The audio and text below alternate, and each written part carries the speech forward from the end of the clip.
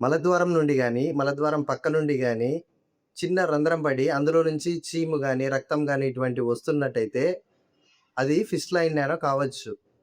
చాలామంది మలద్వారానికి సంబంధించిన జబ్బులు ఏమున్నా పైల్స్ అనే అనుకుంటూ ఉంటారు. కానీ ఇది అలా కాదు.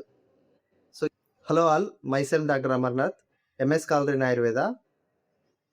ఈరోజు వీడియోలో మనము ఫిస్టులా అయినానో అంటే ఏంటి? దాంట్లో ఉండే లక్షణాలేంటి? కారణాలేంటి? దాని ట్రీట్మెంట్ ఏంటో తెలుసుకుందాం. ముందుగా ఫిస్టులా అయినానో అంటే ఏంటి? సో, ఫిస్టులా అయినానో అంటే ఏంటంటే, ఒక అబ్నార్మల్ ట్రాక్ట్ అంటే అసాధారణమైన ఒక కనెక్షను 2 ఎపిథీలియములకు మధ్య ఉండదాన్నే ఫిస్టులా అంటారు. ఇది యానస్ దగ్గర వస్తుంది కాబట్టి ఫిస్టులా ఇన్ నానో అంటారు. అంటే మలద్వారం లోపల నుండి బయట చర్మం దాకా ఒక చిన్న ట్రాక్ట్, ఒక చిన్న రంధ్రము కనెక్ట్ అయ్యి ఉంటుంది. అందులో నుండి చీము రావడం గానీ, రక్తం రావడం గానీ, రసి వంటివి కారడం గానీ మనం చూస్తూ ఉంటాం. దీన్నే ఫిస్టులా ఇన్ నానో అంటారు. తెలుగులో దీన్ని నూతి, లూటి అని వాడుక భాషలో చాలామంది మాట్లాడుతూ ఉంటారు. ఆయుర్వేదంలో దీన్ని భగంధరం అని అంటారు.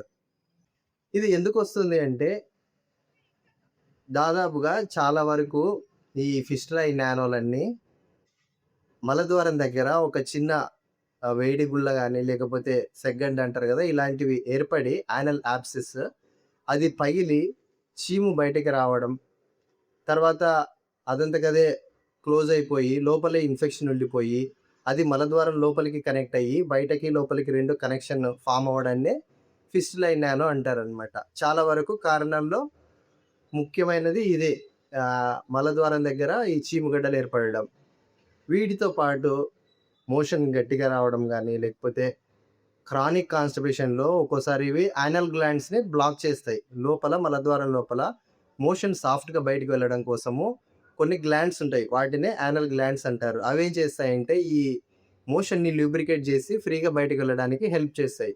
ఈ కాన్‌స్టిపేషన్ ఉండడం వల్ల ఏంటంటే, ఆ యానల్ గ్లాండ్స్ బ్లాక్ అయ్యి, లోపలే ఇన్ఫెక్ట్ అయ్యి, అవి ఒక గడ్డలా చీము గడ్డలా తయారయ్యి, ఆ చీము బయటకి పంపడానికి ట్రై చేస్తూ, బయటకి లోపలికి కనెక్షన్ ఏర్పడడాన్ని ఫిస్టులా అని అంటారు. సో, ఇలా యానల్ గ్లాండ్స్ బ్లాక్ అవ్వడం వల్ల గానీ, లేకపోతే కొన్నిసార్లు వేరే జబ్బుల్లో గూడా మనం దీన్ని చూస్తుంటాం.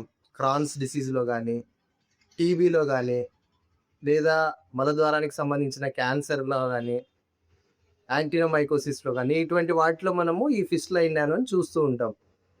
దీంట్లో ఉండే లక్షణాలేంటంటే, ఇందాక మనం చెప్పుకున్నట్టు మలద్వారం పక్క నుండి ఒక చిన్న రంధ్రం ఏర్పడడం, అందులో నుండి చీము గానీ, రసి గానీ, రక్తం వంటివి కారుతూ ఉండడం, అప్పుడప్పుడు మలం గూడా వస్తూ ఉండడం, మలద్వారం లోపల నుంచైనా రావచ్చు, మలద్వారం పక్క నుండైనా రావచ్చు.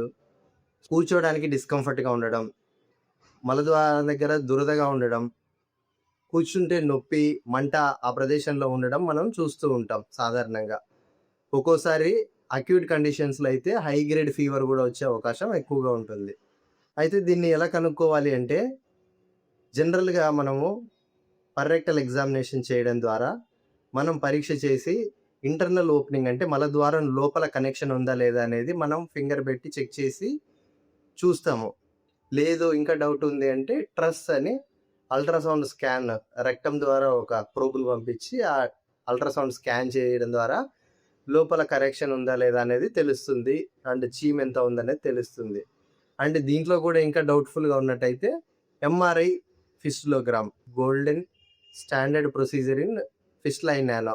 ఎందుకంటే ఈ ఫిస్టులాకి ఒక్కోసారి లోపల చిన్న చిన్న ట్రాక్స్ కనెక్షన్ ఉంటది. బయటకి ఎక్స్‌టర్నల్‌గా ఓపెనింగ్ లేకపోయినా లోపలనే ఒకదానికొకటి కనెక్ట్ అయ్యి ఉంటే ఛాన్సెస్ ఎక్కువుంటాయి. సో, దానివల్ల మళ్ళీ మళ్ళీ వచ్చే ఛాన్సెస్ ఉంటుంది. మనం మెయిన్ ట్రాక్ ట్రీట్ చేసినా ఆ చిన్న ట్రాక్స్ 2 మిగిలిపోవడం వల్ల మళ్ళీ మళ్ళీ వచ్చే అవకాశం ఉంటుంది. కాబట్టి చాలా వరకు మనము ఎంఆర్ఐ ఫిస్టులోగ్రామ్‌ని సజెస్ట్ చేస్తూ ఉంటాం.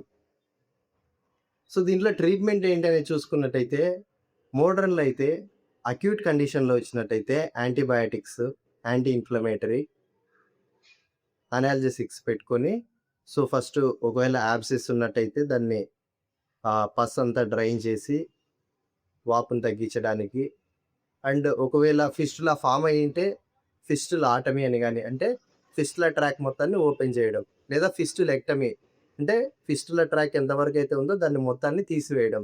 లేదా లేజర్. సో, లేజర్ ప్రోబులు పంపించి ఆ ట్రాక్ మొత్తాన్ని కాల్చివేయడం జరుగుతుంది. ఇది మోడర్న్‌లో ఉన్న ప్రొసీజర్స్. ఇంకా చాలా లిఫ్ట్ అని, ఇఫ్టాక్ అని based on the ah, high anal ఉందా? లో యానల్ ఉందా? లేకపోతే మల్టిపుల్ ఉన్నాయా? ఎక్స్‌టర్నల్ ఓపెనింగ్స్ ఎక్కువున్నాయా? అండ్ మలద్వారానికి ఎంత దూరంలో ఉంది? ఇవన్నీ చూసుకున్న దాన్ని బట్టి మనం సర్జరీకి వెళ్తూ ఉంటాం. అయితే ఆయుర్వేదంలో ఈ బగంధరాకి ట్రీట్మెంట్ ఏం చెప్పారంటే క్షారసూత్ర ట్రీట్మెంట్ చెప్పారు. ఇది, ఇది highly efficient in the fistula in ano cases. ఎందుకంటే దీనిపైన సీసీఆర్ఎస్‌లో గాని, కాలేజెస్‌లో ఆయుర్వేద కాలేజెస్‌లో గాని, ఆయుర్వేద ఇన్‌స్టిట్యూట్స్‌లో గాని, ఇంటర్నేషనల్ జర్నల్స్‌లో గూడా చాలా రీసెర్చ్ వేలల్లో కొన్ని రీసెర్చెస్ జరిగి, ఇది మొత్తం ఈ ఫిస్టులా ఇన్ నానోలో ఉండే సర్జరీస్ అన్నిటిలో కల్లా అతి తక్కువ రికరెన్స్ ఉన్నది ఈ యొక్క క్షారసూత్ర మాత్రమే. ఈ క్షారసూత్ర స్పెషాలిటీ ఏంటంటే, దీనికి యాంటీబయాటిక్ ప్రాపర్టీ ఉంటుంది. కొరోసివ్ నేచర్ ఉండడం వల్ల లోపలున్న ఆ ఫైబ్రస్ టిష్యూ గాని, లేకపోతే ఆ డెబ్రిస్ అంతా కలెక్ట్ అయిన దాన్ని మొత్తాన్ని బయటికి డ్రైన్ చేయడానికి, అక్కడున్న పస్సుని బయటికి పంపించడానికి.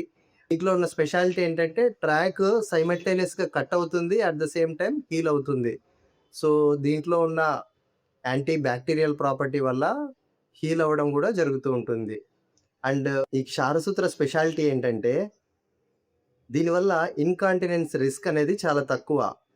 ఎలా అంటే ఇందాక మనం చెప్పుకున్నట్టు ఫిస్టులాటమీలో గాని, ఫిస్టులెక్టమీలో గాని వీటిలో యానల్ స్ఫింక్టర్ డ్యామేజ్ అయ్యే ప్రమాదం ఉంది. సో, దానివల్ల ఒక్కోసారి మోషన్ కంట్రోల్ లేకపోవడం వంటివి మనం చూస్తూ ఉంటాం. అన్ని కేసెస్‌లో జరుగుతదని గాదు. కొన్ని కేసెస్‌లో జరిగే అవకాశం ఉంది. బట్ ఈ క్షారసూత్ర టెక్నిక్ ద్వారా చేయడం వల్ల ఏంటంటే, ఈ మోషన్ కంట్రోల్ అనేది ఇన్‌కాంటినెన్స్ రిస్క్ అనేది అసలు ఉండదు. ఎందుకంటే ఇది ట్రాక్‌ని కంప్లీట్‌గా ఒకేసారి కట్ చేయదు. సో, ట్రాక్‌ని కొద్ది కొద్దిగా కట్ చేస్తూ, మళ్ళీ బ్యాక్ సైడ్ ఉన్నదాన్ని హీల్ చేస్తూ, ఇలాగా స్ఫింక్టర్ దగ్గర గూడా కొన్ని ఫైబర్స్‌ని మాత్రమే కట్ చేస్తూ, మళ్ళీ బ్యాక్ సైడ్ ఉన్న ఫైబర్స్‌ని హీల్ చేస్తూ, ఈ విధంగా ఇన్‌కాంటినెన్స్ రాకోకుండా ఉండడానికి హెల్ప్ అవుతుంది. అందువల్ల క్షారసూత్ర అనేది the best treatment in fistula in nano. And so, ఈ ఫిస్టులా ఇన్ నానో గాని, లేకపోతే మలద్వారానికి సంబంధించిన జబ్బులు రాకుండా ఉండాలంటే ఏం చేయాలంటే, రెగ్యులర్‌గా ఫైబర్ ఎక్కువగా ఉన్న ఆహారాన్ని తీసుకోవాలి. ఆకుకూరలు, కూరగాయలు తీసుకోవాలి. రోజుకు 3-4 లీటర్ల నీళ్లు తాగాలి. రోజు వ్యాయామం చేయాలి. కాన్‌స్టిపేషన్ ఏవైతే కలిగిస్తాయో ఆ ఫుడ్‌ని అవాయిడ్ చేయడం మంచిది. స్పైసీ మసాలాలు లేకపోతే కార్బోనేటెడ్ డ్రింక్స్ ఉన్న వాటిని అవాయిడ్ చేయడం బెటర్. అండ్ కంటిన్యూగా కూర్చొని వర్క్ చేసే వాళ్ళైతే గంటకు ప్రతి 5 నిమిషాలు, 10 నిమిషాలు అలా లేచి తిరగడం ద్వారా మనం ఈ యానోరెక్టల్‌కి సంబంధించిన డిసీజెస్‌ని కంట్రోల్ చేయడానికి హెల్ప్ అవుతుంది. సో, ఫైనల్‌గా నేను చెప్పేదేంటంటే, ఫిస్టులా ఇన్ యానోలో యానల్ ఇన్‌కాంటినెన్స్ ఉండకుండా, ఎక్కువ స్కార్ లేకోకుండా, కాస్మెటికల్‌గా హెల్ప్ అవ్వడానికి క్షారసూత్ర టెక్నిక్ అనేది ది బెస్ట్. సో, ఎవరైనా ఫిస్టులా ఇన్ యానోతో బాధపడుతున్నట్టయితే, దగ్గరలో ఉన్న ఆయుర్వేదిక్ సర్జన్‌ని మీట్ అయ్యి, ఈ క్షారసూత్ర ట్రీట్మెంట్ తీసుకోండి. హెల్తీ లైఫ్‌ని లీడ్ చేయండి. Thank you all.